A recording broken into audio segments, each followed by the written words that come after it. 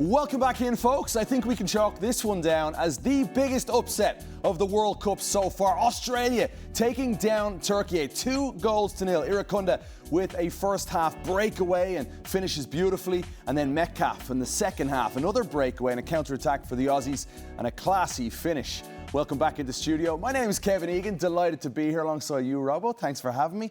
What a performance and what a victory for Australia. Great victory. They counter-attack well, as you said, with the goals. First goal was taken brilliantly.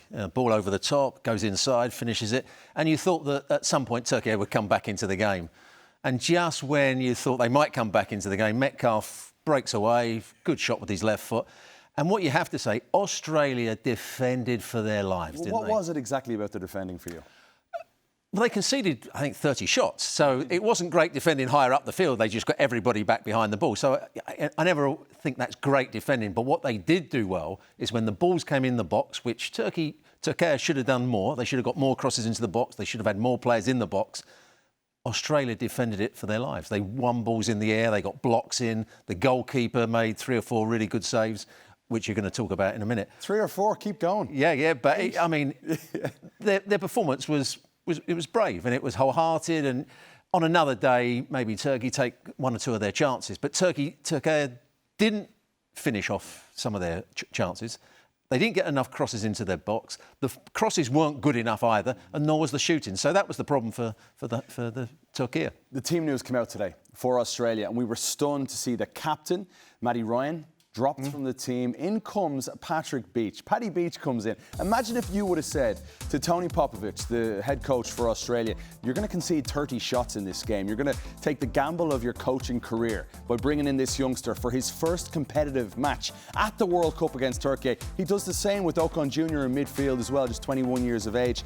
And Beach was absolutely phenomenal. Had the game of his life. He certainly did. There was one save that he just got his fingertips to. It was a great shot. I think Çalhanoğlu from distance. He made another point-blank save in the second half. He made 3 or 4, I would say, very good saves. Most of them he should have made, but he played with confidence. And it's a big call by the coach. Why he made that decision, we'll probably find out at a later time. But when a goalkeeper has been your number 1 for years and your captain, why did you drop him for the opening game? Yeah. That's going to come out. In the end, it proved to be a great decision. Whether the decision was made for him by ill discipline or being late or something like that, or didn't agree with the team tactics, we don't know yet. But in the end, it's been a masterstroke. For that young group, though, to have a result like that. And remember, Australia won 2 group games at the 2022 World Cup as well. For that team, though, nobody seemed to expect this from Australia. For the masses, it seemed like they were the weakest team in this group with the United States, Paraguay and Turkey. So for them, this young group must be buzzing right now. It's going to carry great momentum into that match against the US. It's over the years, Australia have always had 1 or 2 players that you can pick out and say, yeah, they've been good players in Europe, they've done this, they've done that. But when you look at some of the players that are playing for Australia, one's playing for Norwich, one's playing for Watford in the championship level, the second level in English football. Several in Major League Soccer now. Major League Soccer. So there's a lot of players that wouldn't be household names by any means, even in Australia, I wouldn't think.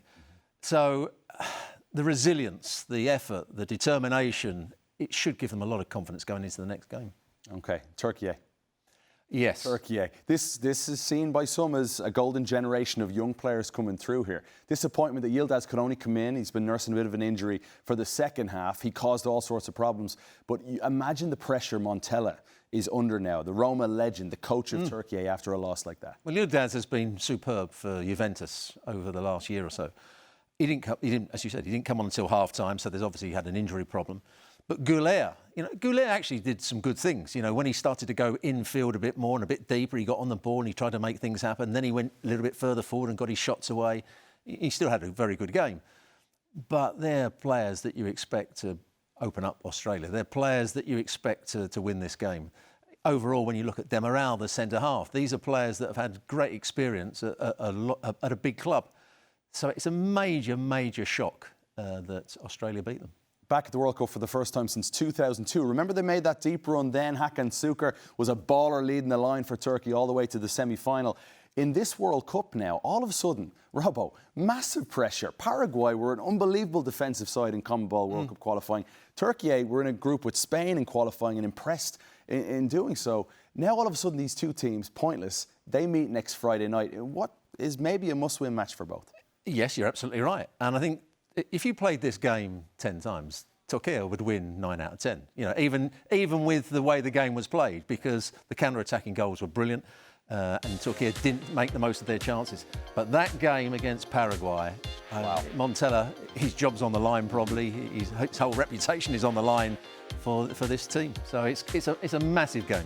It really is. As you look at the standings right now, pretty viewing for the United States. That 4-1 victory over Paraguay. And then Australia getting it done against all the odds. Turkey and Paraguay work to do next Friday night. Let's turn our attention here to Australia taking on the United States. The United States scintillating against Paraguay. Australia, will they cause United States problems if they play like they did tonight? And why? They might frustrate them slightly, but what I saw from the United States in their game is that the forward movement, the run-in, they had players in wide areas that could take people on. And you have to defend and concentrate all the time, because the way the United States played, it was a great intensity, forward passes, forward runs, players running with the ball as well, going past people. Your concentration has to be great. And they might have used up a lot of their concentration in this game and a lot of effort and a lot of determination, Australia. It's going to be a tough game for the United States. I think one of the knocks, though, on Australia has been in the build-up to this tournament, the lack of ingenuity, the lack of a killer further forward for this team. 2 goals scored in counter-attacking moments against Turkey. The first goal was always going to be key in this game against Turkey. I'm sure Mauricio Pochettino is well aware of this. Yes, and it was a goal from nothing, really, because they hadn't caused too many problems. They'd been sitting deep. Turkey had dominated the game without creating too many chances at that point. But that one ball over the top, great run, then the composure at the end of it to take his touch inside and finish it. It was a really good goal. Because as soon as you saw him go past that last defender, you knew he was going to score because he just kept his composure, and it was a very good finish. I think the most impressive aspect for me of this Aussie group, it's just that resilience you spoke about. The organisation of Popovic's team, the fact that he took those gambles and it worked out in the end. In terms of momentum, this is something I've never played the game professionally like you have. The momentum that they'll feel, and especially when a buddy of mine over in Perth told me that they're replaying clips of broadcasters in the United States knocking Australia. When the groups were announced and the United States were pitted against Australia, there were certain broadcasters that had a lot to say about Australia, and I think they're going to use that as motivation right now. Yes. They've got a great result here today, but they're going to have to do exactly the same in the next 2 games. You know, they might not get another point. This is the game where everything went for them. They had a bit of luck. They showed a lot of determination, a lot of grit, but they had something to hang on to. And particularly when they scored the second goal, now we're going to defend for our lives. And their centre-halves, I thought, were magnificent. They played with a back 5. They played with 4 in midfield and just 1 up front. And the left winger made lots of forward runs as well to try and join in with the centre-forward.